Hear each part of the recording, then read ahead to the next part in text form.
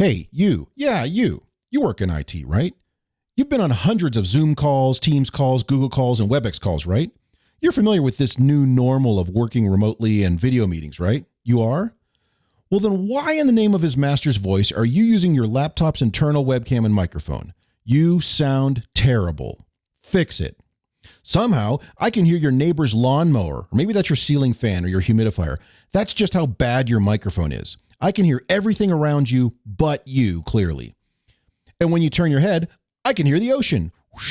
It's really, really bad. You sound like you covered your head in tarpaulin and dunked yourself in molasses.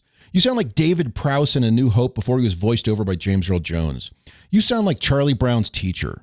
Have some self-respect and get a better microphone. Oh, I see. Great. There, you fixed it. You put in your wireless Bluetooth earbuds. Well, now you sound even worse.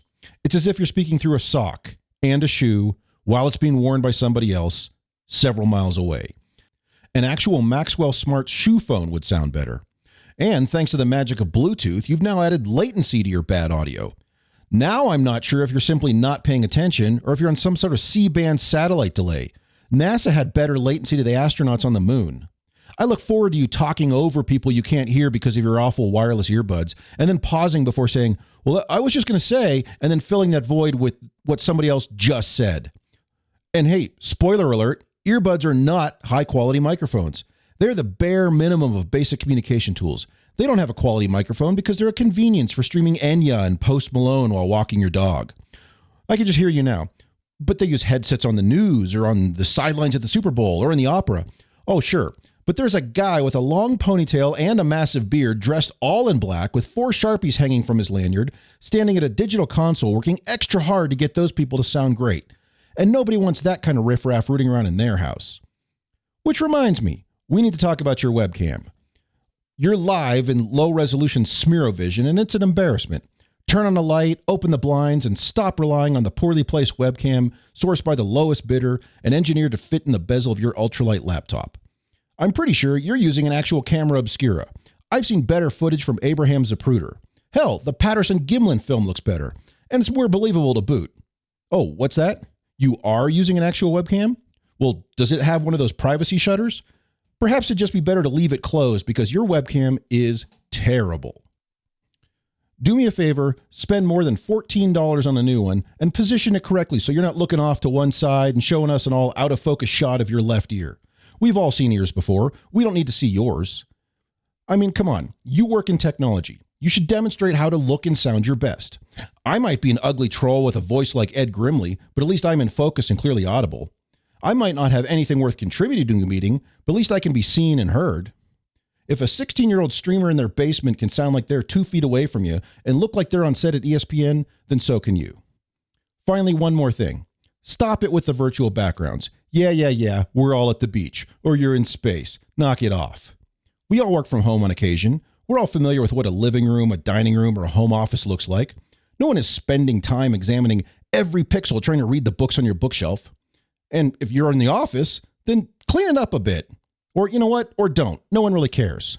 Remember, you work in IT, and many people look to you as a technology expert. So lead by example and at least look and sound good on video calls.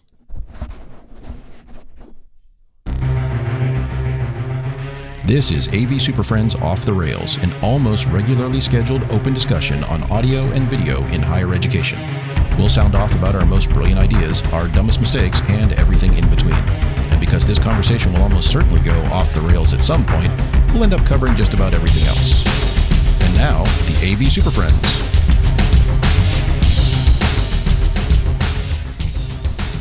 For May 6, 2022, it's the AV SuperFriends Off the Rails.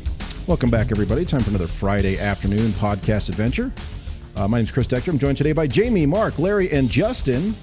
And it's Friday afternoon where I am, so I hope it's Friday afternoon where you are, or at least if you're listening. If you're not listening and if you're listening to this and it's not Friday, then stop what you're doing and wait till Friday. On today's show, we're going to discuss Larry's $1 million question, and we're going to revisit our discussion about inventory and asset tracking. It sounds just as riveting as it is, but still is. Still riveting. It's important, but it's riveting. I spent all morning doing that stuff. And this is where I normally say but first, but we're not going to do it but first. We're going to go right to Larry because Larry brought this up the other day, and we said, Larry, this is a great topic for the show. Just float this out there. So I'm going to turn it right over to Larry right now. Woohoo! So the other day, I was online talking to some AV higher ed tweeps, and we were just complaining about the general state of the inventory or of the industry right now. You know, between the supply chain, replacement cycles, the magic money that has mysteriously shown up and we have to spend in like a month. You know, all this stuff is just compounded one after another, and it's been pretty much nonstop. Well, one of them told us about a question he just got from one of his directors. The director asked him, let's say we got enough funds to redo every room across campus in 1 year. How would you do that? So, you know, having nothing better to do because we don't have equipment, we all talked through the scenario. And for the most part, it was an interesting waste of time. However, I wanted to bring it to this group as a whole to figure out like how you would do it. What if how I'm thinking about it is right, and just the general difficulties in that scenario. So before we get into it, I'm going to like frame the situation as he said it. So their replacement cycle is currently an 8-year replacement cycle. That's no longer the case. They're getting all the funds to do the next 8 years in 1 year. This is all hypothetical, but that's where it is. Now, the plan is that those tech fees or whatever it is that gets them that replacement cycle money would go into a fund that would just not be touched. And in 8 years, you would have this magical money again to do it in 8 years. And as long as you treat it like the tooth fairy, you're probably okay because it may or may not happen. So right off the bat, I had some difficulties and some things that I was excited about. Like, first off, you're going to have to outsource labor. None of us are staffed to redo every building. And it's not just the installation labor, which I'm okay with outsourcing. I know I couldn't personally design every room across campus and not do it well anyway. I also know my programmer probably can't do every room across campus. And so some of the things I like to keep in-house, I probably won't be able to unless I drastically simplify our systems, which might be the opportunity to do that anyway. The other thing that really bugged me is I like incremental improvements in our standards. I like being able to try something in 30 some rooms this year, and if it doesn't go well, oh well, we'll try something else next year. You don't get to do that. I mean, there is zero room to fail in this type of scenario. You're rolling out the same thing or variations of the same thing in every room across campus. So that's got me a little, like I got to be 100% solid with this system now in 8 years from now. But the opportunity I was kind of excited for, it gives you a clean break. Like if you were thinking about switching manufacturers, you know, if you walk to somebody and say, I want to do every room on campus with your equipment, they're going to throw resources at you. You're going to be able to get all the support, all the training, all the free monitoring and everything else you want at that point. So if you were thinking about switching, I kind of like this idea for that. You don't have that mixed mode campus anymore. So that's the scenario. And I'm glad it's not me who brought it up because I don't think I want that scenario. But if you were faced with that, how would you approach it? So do you have to spend all the money and it has to be done in 1 year? I got like from completely him, done? All the equipment has to be purchased. The installation can be spread over 2. Ah, okay. So is step one, build a giant warehouse to house all the equipment you're going to order? Because that's tractor going to be the trailers. first problem. Yeah, lots of tractor trailers to store everything. Yeah. I mean, luckily, most of the IT staff is now working remotely, so we can just store it in their cubes. Everybody's office. Their offices. Yeah. Wow. It's an intriguing proposition, certainly, and I think it's one we've all thought about at times. And I think we sense it in microcosm, maybe when there's a larger capital project, say, hey, we're going to do this building, and it's got 25 or 30 or 50 spaces in it.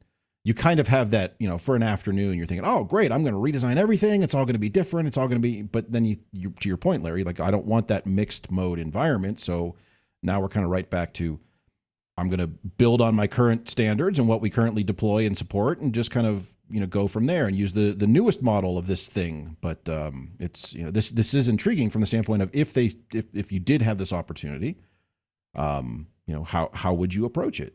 So, man, if you strike out on that equipment, you really struck out. Seriously. I mean, if you wanted to add or go to a different manufacturer, you got to be 100% sure that they're solid. Mm-hmm. Yeah, this reminds me of anxieties we all had. I was going to say, do you? Yeah. Because what if you have a current manufacturer who is very common that everybody uses, but the current implementation is not solid? Yeah. Then you're not really losing out on that. So what comes to my head right away, like, there's every space, and then there's like every single space, right? And so are we talking conference rooms and learning spaces, like, because full wrangle, auditoriums, all of it? Because I mean, just want to make sure only things on the replacement cycle. So in my case, that would be campus classrooms, and this would be also departmental classrooms, as long as they have enough hours in them. So yeah, I would really get the definition right, and then I would focus on, like, what is my sweet spot, 80 to 90% functionality of every single one of those rooms, and understand what is the core base bare bones function that is a need to have. Then what are my edge functions of each one of those spaces? And when I say edge function, I say, can I get this into simplified, like, light switch modality where it's very, very basic, or are we going to require custom programming to provide edge case solution in every room? Like, holistically look at those standards. What's a need to have as an I and an O? And then how do I operate it from the simplest way, right? And focus there first. Well, we're talking about step one, everything's wireless. We're talking about programming and configuration. I would think that there would be so much repetition, you could do that in-house. Because how many standard deviants do you have? Deviants? Is that the right word? I don't think that's the right word. You know what I mean. Deviations.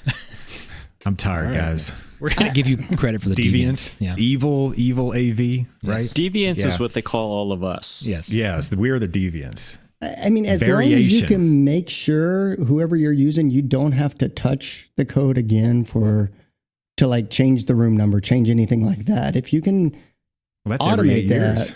Yeah. Like, to me, it's like use it as the opportunity to simplify where possible, right? We once maybe deployed things that were more complex than we need to be. Like, can we use this as the opportunity to, like, wipe that clean and define the base experience that needs to be in place for baseline success in every space, right? And then use that as our pillar to build around this. And make sure that baseline success is agreed upon by the end users and everybody else, because this is your one shot for 8 years, and it could go through sideways. And replacing like speakers and everything, like all cabling, everything just gets trashed no matter what. Yeah. And I know you're going to want it all shipped to Western Kentucky, but we're not going to get into that right now. It's a different part of logistics. No, I don't want that. Yeah. Well, Justin, I'm doing that right now. As I plan for room upgrades, I plan to replace all the cabling and speakers. If they turn, for example, if they turn out to be just fine because they're only 8 years old, great. I'll just let them keep rolling. But if not, at least I've got that budgeted in to include. Yeah, that's that estimate versus, yeah, I'm with you there. Yeah, and I'm replacing all of them this replacement cycle, but I'm pretty much replacing them with the thought that next year I probably won't, or next replacement cycle, I probably won't have to replace the speakers. I'm kind of budging in some of that inflation cost. You'll get some excess on that. Yeah, they'll work. There's definitely items in an AV system that you can squeeze an extra replacement cycle out of. So I guess, Mark, I think you're like a little bit of an outlier here, because you've already done the entire campus as an AV over IP system. So you don't have the first fundamental. No, you was just talking about DMPS 2s or something. I wish it was all of you. We're moving towards that as the model, but your statement still holds. Like, I've done this budget exercise. Yeah, right? You've already jumped into that. Like, for the rest of us, I'm like, we would have to have that initial conversation of, okay, I was planning on going AV over IP in 2 years from now. Mm-hmm. Like, get through another cycle with HD-based T. Hopefully by then the cost delta is the same. If I'm doing it all right now, Do I stick with what's comfortable that will be horrifically outdated in 7 years? Or do I go ahead and jump to the AV over IP and just go we can unpack it. Let's unpack that, like that conversation a little bit, like that determining that pivot point, right? Because there's a lot of conversation that went around with that. And so to have switchers or to have switches, right? And so therein lies the whole piece of this. I thought that was the same thing. No. It can be. They can be, but inherently they are not. It's like the network or a network, right? A switch or a switcher, or a switcher is a switch, or router versus a router. And we don't even talk about now this. you're getting into the weeds because So, now you're talking baseband router versus broadband. Wow. No. So yeah, I think that we did something. We had a similar scenario pop up. Before 8 or 9 years ago, and they said, "Hey, we were AMX at the time," and I was ready to get out. It was time. Got to go. Oddly enough, so was AMX. Yeah. We kind of gave them the warning. Like we hate our product line so much, we're just going to quit. Hey, we need to sit down and have dinner, and we need to have this breakup talk. Yeah. Mm-hmm. They were like, "We'll give you all kinds of stuff." I said, "Well, you can give it to me, and it can sit in my lawn." But I love you. It's not me. On it's my you. lawn. We had to go back to the campus and tell them, "Look, 1 or 2 years is not feasible, not functional." And they ended up extending it to the 7-year plan because they wanted us to do it all at once, and get all of the VGA. And at that time, VGA, you knew it was on the last leg, and now it's coming back. But at that time, it was on its way out, and we wanted to move towards all HDMI. And that's when we also wanted to change the control system. And even to this day, I have the Rogue AMX system still out there that never got updated. And we have some Crestron ones, but our bread and butter is Extron, right? And so, we went through this giant exercise, and Chris took part in it, and where we had one of everything from everybody on the planet. I built a slideshow for it. And what it turned out was that we did convince them that says giving us $6 million today is fools. That's foolish, because we're just going to have this stuff sitting around. We can't get it in. Even if you hired an integrator, they're not going to get it in. So let's change this. We'll do 30 rooms a year for the next 7 years. We'll have a complete turnover, and we can act. And the other part of that was starting that budget refresh cycle, because we didn't have it either. So that's where we headed. Now, we didn't ever get through that 7 years. That's the danger. But it started us down that line of, okay, maybe we are going to have to start divorcing some of these all-in-wonder packages. Maybe having the same company do control audio and video sounded great. It's not anymore. We started really looking at those flexibilities and such. So I think it's really interesting that yours is kind of like, yeah, you can buy it all now, and then you get 2 years to put it in. And in reality, everybody knows that's a farce. You can't make that happen. So I'm on the boat of well, what can you make happen? Can you replace your cabling? Even though you're using HD-based T, I mean, it's all sitting there ready to go supposedly for AV over IP. And do you want to continue? I think the big question is, do you want to continue to marry all your crap into one company? Because maybe that one company's not shipping anything for the foreseeable future ever. Well, I think supply chain stuff aside, I don't think in this scenario we can consider that. So I like the practice of saying let's pretend that we're gonna pull this off over 2 years. Let's not worry about like the execution strategy. On it, so we're doing got to figure it out. I also wonder if having all your baskets in that, or all of your eggs in that one basket, it's what puts you in the situation to begin with, right? Because can you use some of your switchers with a different control system? Video switchers, can you use them with something else? Sure, all day long. Or is it make it even more complicated? Most of mine, yes. Well, I think going back in the lens of history here, looking through, all-in-wonder boxes came out, and you're like, man, this is great. I have a processor and a switcher and all this stuff in one little box. I can just stock this one thing, and I can have this be able to readily deploy as a hot spare out there, and it solves a lot of our problems. And it was easy. That solved 2005 problems. It did. or 2010 or whenever people got the bulk of those things sitting around. 7 for me, but yes. Yeah. So that was like a need of the time, and it did that, and it was great. But things have moved on, right? And so now, as we look at it, and it's assess your 80% room. How much of that all-in-wonder box are you using? The funny thing is, like that whole scenario you just described is almost exactly where I ended up in this exercise. But instead of that all-in-one wonder box, I'm stocking AV over IP transmitters and receivers that will work in my standard room, in my huddle space, in my active learning space. And it's way overkill right now for about 80% of the room.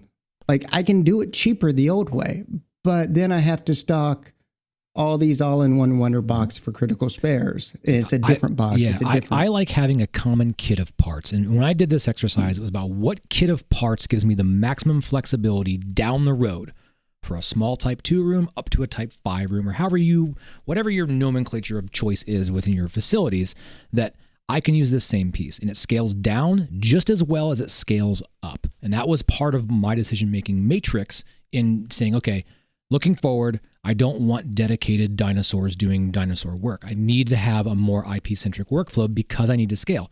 Not every space is going to have 7 inputs and 1 or 2 outputs. Maybe I'm going to have 1 input.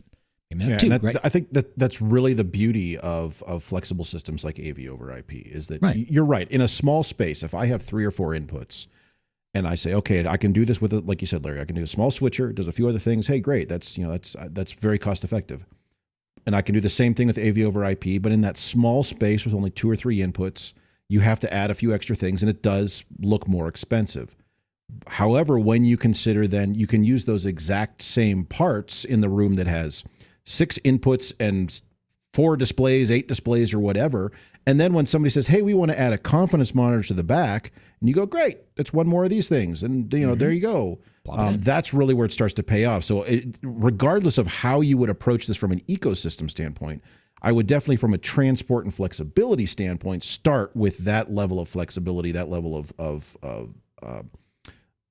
common hardware that can be used in dramatically different scenarios because it's going to be that much easier to support down the road. But understanding that most of those big AV over IP manufacturers are tied to control systems. And so like if we were trying to get away from that ecosystem before, we're either limiting which manufacturers we're looking at, because there are some out there that make a really good product that aren't trying to control it too. Right. But the majority of the big ones are still getting you in that complete. But then it ecosystem. raises the question. I'm not going to disagree with that, but it would also say of the things that you can or can't do as easily using somebody else's control systems, using control manufacturer A with AV over IP vendor B. At the end of the day, all I'm doing is subscribing to streams and routing my IGMP traffic appropriately. So it's I can get away from a lot of, because you're right. They add a lot of, there's the secret sauce. There's the added bells and whistles. And for the most part, in most scenarios, I don't care about any of that stuff. Yep. I basically use it as a more expensive point to point. Yeah. But that's okay. It's ready to go big if I need it to, but I don't need it to. But I like that flexibility of, and now instead of buying a dedicated distribution system that has to all these IOs on it, I just get a different network switch, right? It sounds like every one of us would go AV over IP, even if we're not widely using it now. We would be willing to trust the next 8 years to that scenario. I would to AV over IPs. I would care less about the actual endpoint, the encoder and decoder. Yeah. I would care less about that. And I do now. I care so less about that. I would make sure that my switch was ready to go whenever, my network switch or whatever distribution thing we're using. And I would really focus on the control part. I want the control system that everybody can use, that I can use almost anything with. And I know the endpoints, whatever. I've been known to buy monoprice crap and throw it out there if I need to, but it needs to be. I need to be able to do something with it. No, I think you're speaking about your infrastructure. I think even if you had to get in bed with whatever company you're going to do this right now. Maybe you can't find a piece of it. Your infrastructure, I think, should look and align somewhat with an AV over IP model at this point to make this type of decision, so that whatever choice you're going to make in the future, you're ready, right? And some may argue, well, HD-based set you up for that. Sure, whatever. Just make sure you're dealing with that and have that well documented, so you know what that change may look like, but align that way. So, would you all decide to put a network switch in every room with a separate AV over IP system, or would you think about doing one system per floor with built-in redundancy, or one system per 2 classrooms if it made sense? It'll be a cold day in hell before I share switches between spaces. Like $1 million, you got to buy 20% spares, 10% maybe. So I'm at the point right now where I would make sure my processor had a dual NIC card in it just so I could have my own managed switch. And that AV over IP isn't leaving the room. I haven't found a justifiable reason to tie into the main network with it yet. But Larry, you can send stuff across campus. Yeah, that's got Zoom. Still can. Yeah. So I don't think that the core facilities groups in a lot of universities may be ready for that traffic load yet. Well, maybe no, I'm will. talking about one switch in Lectern 1 that also provides connectivity for Lectern 2 and 3 in the classrooms next to it. To make and if you do that, I'm driving to Kentucky and I'm just make it a little easier to implement, because why would you pull cables that far unless there's a justifiable reason? It's already pulled. I've already got classrooms with infrastructure. So there's pockets of classrooms that over time have shared cabling. And so, or I could just break all of that and do one switch per room no matter what. Does it matter based upon what cable's in the wall and how you design that? Yeah, I have a scenario just like that right now, where all of is that library space? I have a cadaver lab next to classrooms, and they share cameras, and it's like, hey, this would make sense of one system because they broke it because they're not using it anymore, but we can still leverage the cabling to cheapen up the cost, right? And all of the cabling that we had installed was pulled back to the IDF, right? So now ours is pulled to an AV rack. Is every one of your spaces that way? No, it's just I'm not doing this that. one weird off space. It's not even one weird off. I've got several of these, but I do. I have a larger 48 port switch that sits in the network closet and just patches right into those things, and then it has a direct feed back to the podium to be dealt with in there. But that's not bread and butter. Bread and butter is every podium has its own little deal. But you get in these weird situations where it's going to cost you 6 times more to reroute that cabling than just to use what's already there. Exactly. And that's kind of the nice part about the AV over IP is you can now leverage some of that existing cabling. But you got to be very careful because, I've run into this twice now where I have this and there's only one jack that goes back to where the podium is. And if you're not keeping track of your bandwidth, all of a sudden you've screwed yourself. Yeah. My question goes back to what Larry's point was, like, okay, now is your opportunity to make everything quote unquote right, whatever you deem right. And as you're going through your spaces, and Jamie and I have some odd spaces, there's quite a few spaces that share connectivity on our campus. For the most part, that doesn't exist. But in my opinion, I would keep it that way, and one system can feed 2 or 3, 4 rooms, maybe on the floor, and it makes sense to do that. I would actually draw a line. I'm okay sharing a facility. I'm not okay sharing the equipment. I will commingle a dedicated switch for this room, a dedicated switch for this room, dedicated switch for that room in a common facility, but I'm not going to do it all off of one backplane.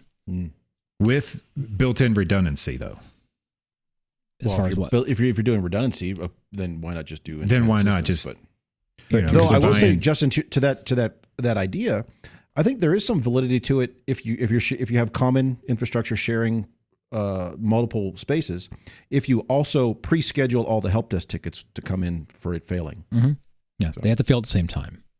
We're not going to allow 'cause them you to take fail. one goes down, you take down. Right, and that's the whole reason. We all have a war story about a giant matrix switch in a building that was sold to us as reboot if, it and take down everything. Yeah, this is going to save you all so much time, and I'm still waiting for that time. I think we've all tried it. I think everybody out there and everybody listening right now has all done it somewhere. Either if it's just a single, two rooms sharing or a building, and everyone has that same idea. Oh, this will be great, and then 2 years later, like, no, it was terrible. And the guy who's listening say, "Oh, we just did it and it's working fine."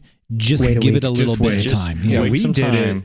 it 12 years ago and it's still working. Right now, as soon as I said that, everything went offline. Yeah. Everything. Well, it was Tickets one of those, are flying in. Remember the 32 and the 64 chassis came out and they we promised got the a 128 64. and everybody starts getting their little hard-ons about it. Like, oh, this is we can now great. do this whole building. And then we all did it, and like Chris said, Whoa, wait a second. every one of them, I've got one left. I got and one it's left on the too. chopping block. Do you have rooms that have gigantic switches associated with them that really only need like one or two inputs? No. We may or may not have a couple of those running around. I've got 16 by 16 chassis that have less than 4 inputs on them. So Residuals. And see, that kind of goes to my question. I've got this alumni building on our campus, and we need to upgrade it, and they're asking for, what's it going to cost? And they do content sharing, but not as much. The way the cable's routed, it pains me to say it, but I might put everything on one system again. Well, there are going to be those exceptions, and what you described there is exactly right. If you have those multi-purpose spaces in the student union, in your event center, in your alumni center, whatever, where we can open up the walls, and now it's a big room or a little room, or now it's 4 rooms, then yes. But Larry, I think you're talking about something different. You're talking about from my general classroom spaces. Yeah. Yep. Yeah, you're not going to suggest buying a 1024 port network switch to put in the middle of campus and spider out to everybody. Yeah. So I'll go into Amazon Just Cloud. to tick people off, I might. Or Just to you do put that. in one audio DSP per building and just a bunch of my little HDMI widgets signal on the has end. to go to Arizona to get back to Kentucky. But I've heard Put that everything in the sales cloud. pitch. Like, that makes super sense, right? We can that's share the common sense. processing. Yeah, it's So great. without with your scenario of if you have to do an entire campus, and this has happened, like I said, when you're doing big buildings or multiple big buildings, or there's people listening right now, and I know we here have all done it, where you have a new campus opening up that's got 2 or 3 buildings, and you kind of have that question of how do I approach that? And I'm kind of doing that now, not so much from even like it's a new campus as much as I have a giant campus that I need to think, how do I move this campus past 2012 into 2022? And to your point, Larry, if it's an 8-year cycle, 10-year cycle, 2030, I need to be putting in systems now that are still just as useful and flexible and compatible with what's going in 2030 than stuff that was going in 2010. So I'm doing the same sort of scenario, and I'm willing to throw out manufacturers that I've worked with for years because of issues with their product line or things that may just not be a good fit for how they're being used here. And at the end of the day, if you think about the ultimate users, the faculty, the staff, and the students, they don't care what brand is on that touch panel or button panel. They don't care what that magic box underneath the lectern is doing. They just want to push a button and the projector or the monitor comes on. They can see people on a camera. They can hear people on the speakers and mics, and they're happy with that. So, it's one of those challenges. It's an internal IT challenge. It's not so much a usability challenge from the end users. So, Core functions. What are we trying to get done here, right? So, and what's the most cost-effective way for us to do that, and what's a responsible way for us to do it, to be good custodians of campus resources, but also what works for us to have to own this, and what kind of awareness around the support culture. And that's one of our reasons why we can't have everything living in MDF IDFs, is that we do have to rely on students. And if everything we have is in IDF, that changes how we react, right? And so there's a lot of cultural nuance that comes along with making these decisions, that it's not just the stuff. Clearly, we always go back to that. The stuff is like the easy part. It's kind of all the political pieces that stitch it all together that make it all work. and Mark, you're saying you don't give students access to your IDFs? Come on, man. Some do. Where's but the not, fun in that? I know. It would be a great world. We call that a challenge Friday. I was at a university Give a once key to one guy. See what where happens. they had a conference room outside of the main IDF on campus, and both were on a raised floor, and students were locked out and couldn't get into the IDF, obviously. But if you took the raised floor up, Yes. there was about a 2-foot gap where you could crawl under, and you could pop right up in the IDF. It was awesome. Tell me there was meetings where like students came bursting out of the ground like zombies. Like I want that image. Like the I Undertaker. had a space like that where part of our equipment rack was in technically an electrical closet. So due to code, we did not have a key to said electrical closet. But if you removed enough large panels, blank panels from the front of the rack, you could crawl through the rack to get into the room to pop the door to get. Yeah, it was interesting. So yeah, ways around it. Well, it's feeding time. So I guess, Larry, you said that you did have some thoughts on this as to what your plan would be. So what are you going to do in this sort of scenario? I mean, if this comes up and someone says, I'm going to cut you a big check, what's your plan? Well, I mean, same thing we've all kind of went over. I'm pushing ahead with technology faster than I would typically do. I like to be in that sweet spot of newer technology, but not cutting edge, because I need a little bit of a history for it, because my team does both the installation work and the support work. And so if we're putting stuff out there that requires a lot of support, we feel the pain immediately. So, but for this scenario, I'm going all in AV over IP. That will probably mean that I've got to run with a manufacturer who does the control and that at the same time.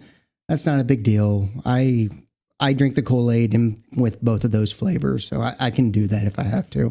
But there's a delicious third flavor. You're not. There is the delicious third flavor, and it's that called is still beer, and that's where the rest of us are. So, and I would need a dual NIC regardless, so it doesn't matter. I can use whatever AV over IP for the most part. That was like one of the things where I'm like, okay, I'm pulling back a little bit there. I'm also pulling back on something I've been doing in some campuses or some rooms across campus. I got this idea from Chris of putting large monitors in spaces which by measurements need a projector and screen. Mm-hmm. And the only reason I would not do that is because right now I put it in. If I get complaints, I pull the monitor out, I put it somewhere else, and I put a projector and screen in there next summer. Like, okay, I tried that. People weren't happy. I'll go back to projector and screen because I can use that monitor anywhere. Mm-hmm. If I'm stuck with that for 8 years, I'm not going to get money again. I'm following the book on that stuff, and we're going to get the right size in the rooms, and that's going to be it. And then the biggest pain point for me is I like innovative learning spaces. I like active learning stuff. Those require the ability to fail a little bit. In order to be innovative, you've got to push the envelope a little bit and be willing to try things. And if you don't have a safe place to fail, because whatever you put in there is staying in there for 8 years, I'm not sure I'm going to do anything but the tried and true, already been tested active learning designs and innovative learning spaces. It's going to be a good, solid, but very vanilla campus. I think you're looking at this all wrong. If you went all innovative, all state-of-the-art, all new, you could have a raise next year when you have to change jobs. Be awesome. But you get more money. And you'd get a huge amount of data to go over from your help desk ticketing system. That's a white paper just waiting to be written.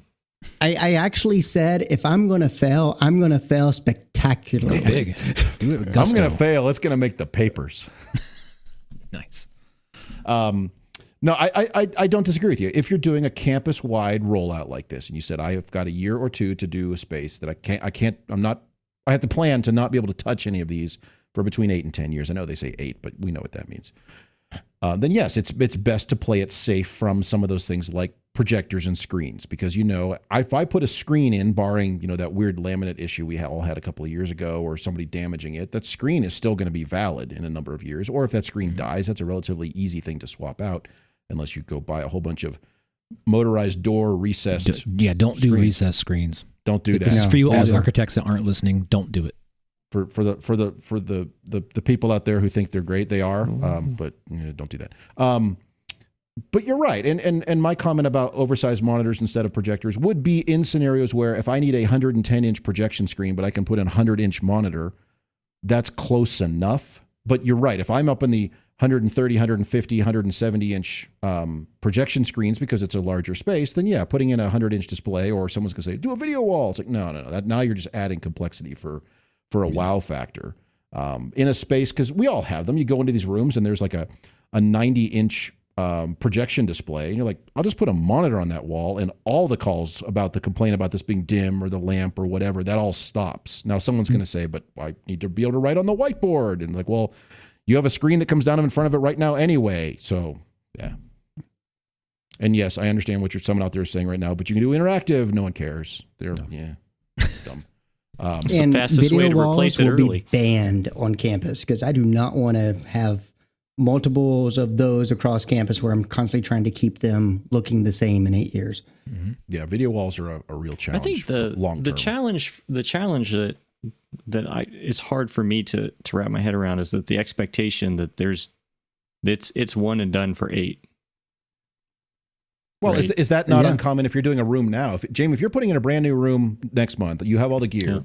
The general expectation is you're not going in there again, barring some failure, for 7 to 10 years, right? Well, so yes, per room.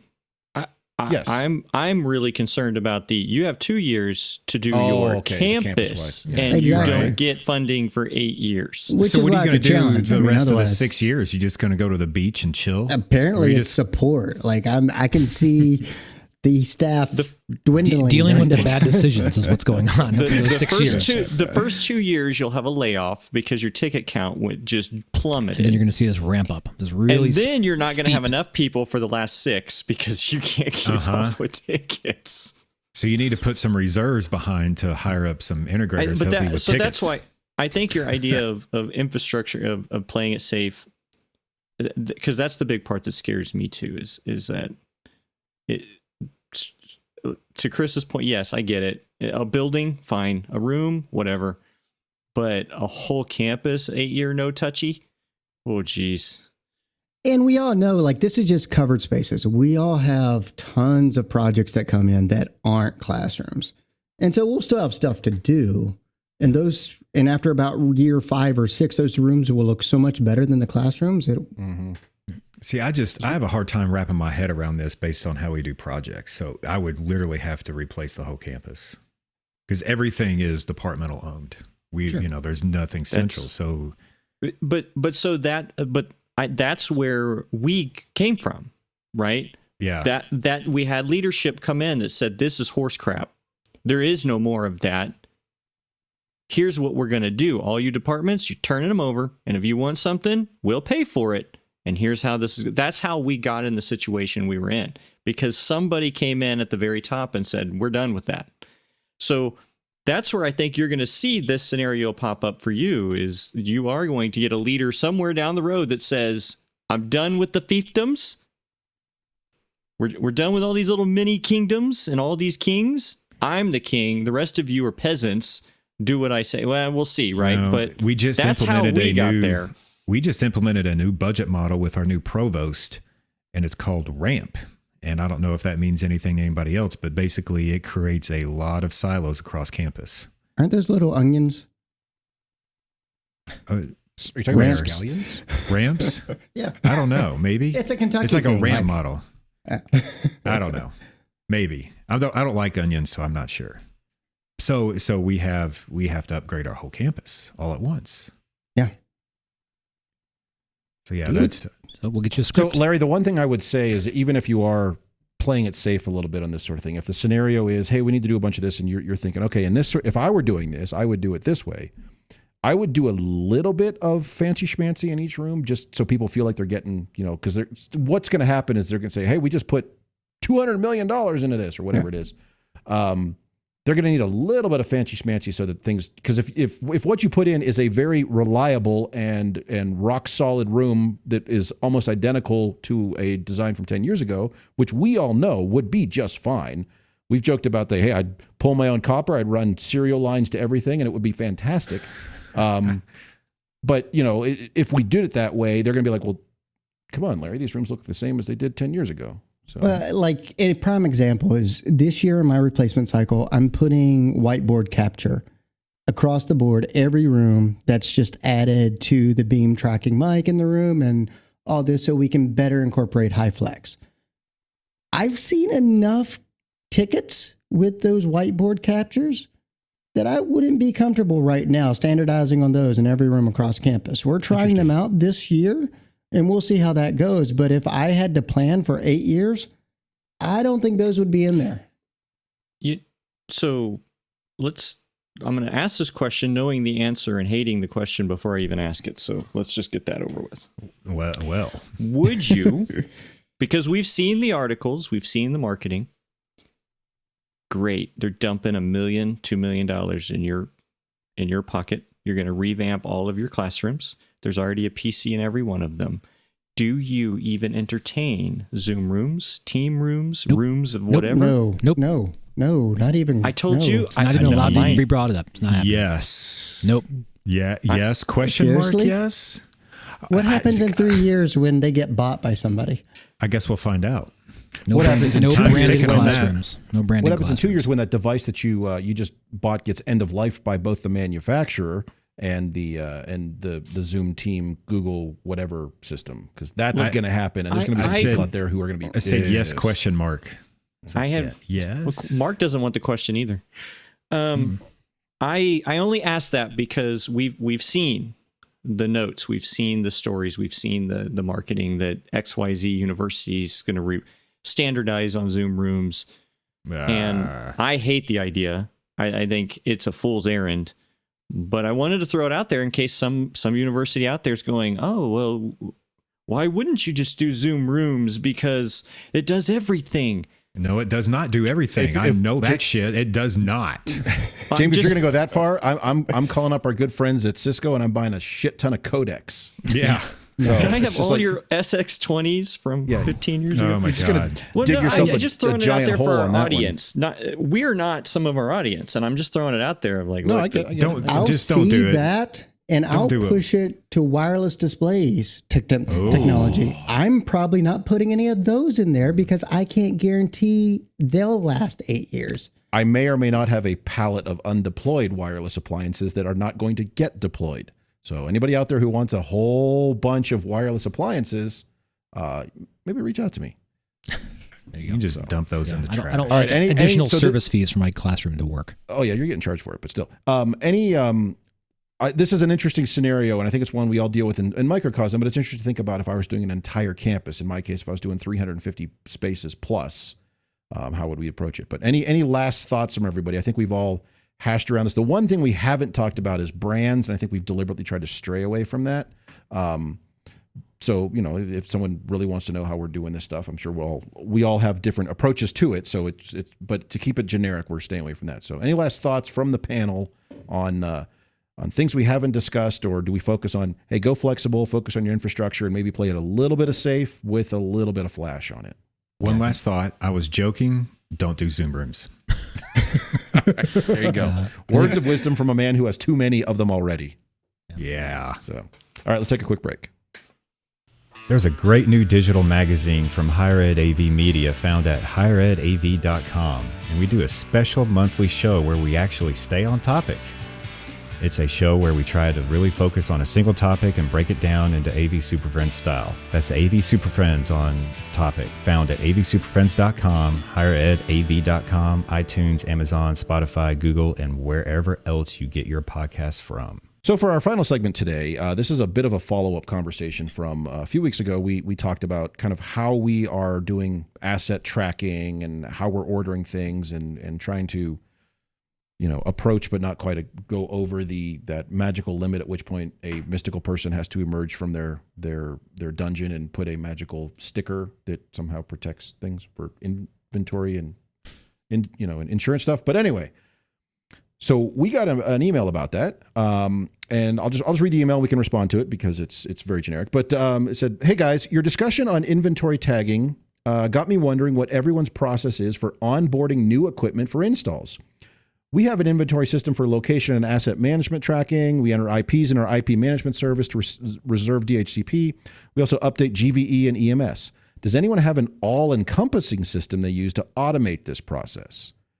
Which I guess raises a good question. Is there anything out there that does everything and does it well? Because actually, let me rephrase. I guarantee you there's things out there that do everything. But is there something out there that does everything well?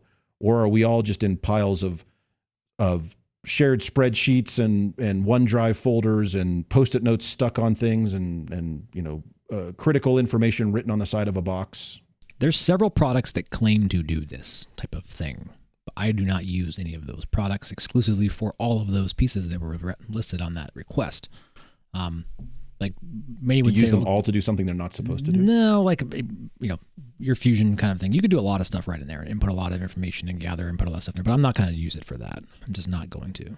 And I think part of the issue is most of our asset tracking software comes from ITS motherland. So like I don't have the choice of finding something that would work well with what I do necessarily. I'm stuck using what they do, and that doesn't follow my project management model. And so we're going to be entering things multiple times anyway. Mm-hmm. We did a really deep look into it, and a lot of the systems that would probably fit what we want to do that does all of that well are all built for the giant warehouse systems, which is not how we all work. We don't have barcodes on every single thing. We don't even have a way to merge the barcode information from every manufacturer in. You have to manually insert it. And just the volume of out of warehouses and all over campus didn't justify the cost, because the cost was exorbitant. It's built for Amazon, UPS. It's built for that kind of throughput. And so we were back to looking at some of the other tools that we have all established don't do everything. They do some things well, but not everything. And we're back to spreadsheets and internal databases and Sharpie markers on the side of the box. So one of my IT friends brought this up to me. He works at the medical center down the road, and I'm exploring it. I don't necessarily 100% like it because it is open source, but have you tried Netbox? So if you're listening to this, go to demo.netbox.dev, DEV, and type in admin as your login and username. And Am I hacking into somebody's system right now? It's a open source example. You could put rack elevations in, schematics, floor plans. My buddy, he's a network administrator, and what he'll do is he'll embed scripts within this system. He keeps track of all his inventory, and he'll click a button, and you can update all the switches at one time. Now that's super scary, but it's the closest thing, and it's free, that I've seen that I've been looking for. So I'm actually, our team is looking into figuring out what this is. What do we want this system to do? Do we want to go between systems? Is it easier just to build a file share that everybody has access to? And so we're putting out a lot of questions, and I stumbled across this, and it's definitely intriguing. If it's free, why do they have a demo? So you can explore how it works, because it's super hard to set up. It's like really difficult to make work the way you want to, but it is also super powerful. So something to think about, play around in it. It's a little sandbox, if you will. You can look at what they build on rack elevations. So fundamentally what they're doing is they're just using a large database that you can just pull those values into other tables. And I wonder how many people out there listening right now have done that. Like, oh, we're just going to have one of our people write something. That invariably happens to do this exact thing. Yeah, we've all done it. I have a guy here who did a very capable asset management system, but he wrote it based on his understanding of the sorts of tables and things that should be in there. When I go searching for how many model of X do I have on campus, it doesn't come through the web portal. You have to dig into the actual database itself and open it directly. And so it's clunky. So I would say the closest I've gotten, there's an interesting thing we haven't talked about in this question, was the workflow aspect.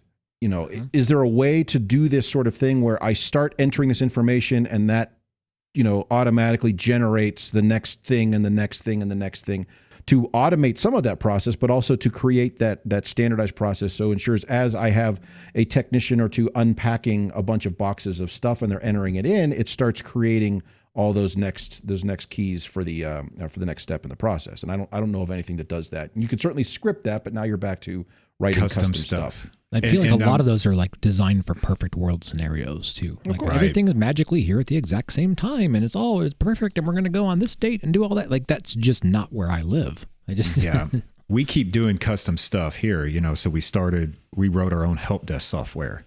We realized that was a bad idea because the dude that wrote it left. Now we can't support any changes, and then so we bought an off the shelf one. And everybody uses that for the most part, Team Dynamics. So now here we are again. Somebody wrote our own internal inventory stuff. Now we have a university inventory, but that doesn't capture everything. That's just, over a certain asset amount, right? And what happened? Oh, we're decommissioning that system.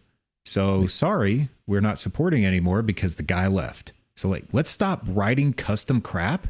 Because whenever people leave, no one knows how to use it.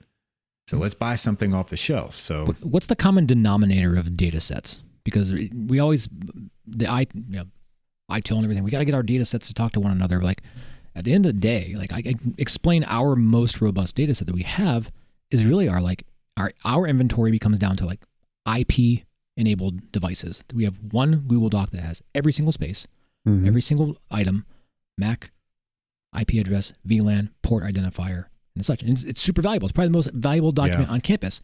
I don't need a document that does anything other than that. It's right there. My support desk can use it. I can use it. I can know what's in every space based on the things I can connect to. Now, I'm not showing age and all this stuff, but I have a name. I have all that stuff. It's all there, but it's all based on what questions do you need to ask of your database? What are you trying to actually do with this becomes important. And finding a solution that works for admin's questions, when I say admin, the people who are paying the bills, keeping the lights on in the university, is much different than the questions that we're going to ask of our databases. Yep. That's the important thing is that the ability to run reports, and the reports that we want to run is dramatically different from the reports that somebody 2 levels above us wants to run. And if you align it with that, then it probably becomes less functional for you day in and day out. So it's ask your questions wisely.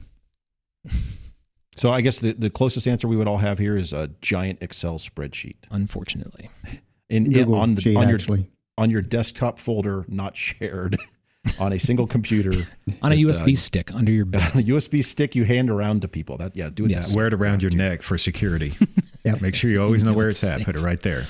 Anybody else used to wear a USB stick around their neck, like way back in the day? Like a latchkey make sure it's one of those ones that have the fingerprint on it, though. I think Mark has one on right now. Only one. Yeah, there it is. Close enough. USB key. We're gonna give it. We'll give you credit. There we go. So I think we would all love for this to be a thing, for there to be a product like this. I think at InfoComm this year there will probably be 2 or 3 of them that tout to do this, but they're talk to Santa. It's not gonna. There's always going to be something in the all-in-wonder application that doesn't quite work for you. So unfortunately, don't have a good answer. Now, if you have a good answer, maybe you want to write in and say, "Hey, we've got this thing. We wrote it custom. It works great for us." Yeah, I'm not interested. So. Good luck. Good luck with that.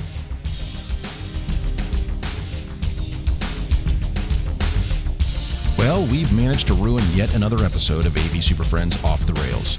You can contact us with questions, topic ideas, or general complaints at mailbag@avsuperfriends.com. If you complain loud enough, we might just invite you on the show. Nice work, everyone. Sharp broadcast. Really good. Everyone on the floor as well. Really a lot of hustle. I liked it. The opinions expressed by the AV SuperFriends are solely those of the individuals and do not represent their respective institutions, organizations, companies, or clients.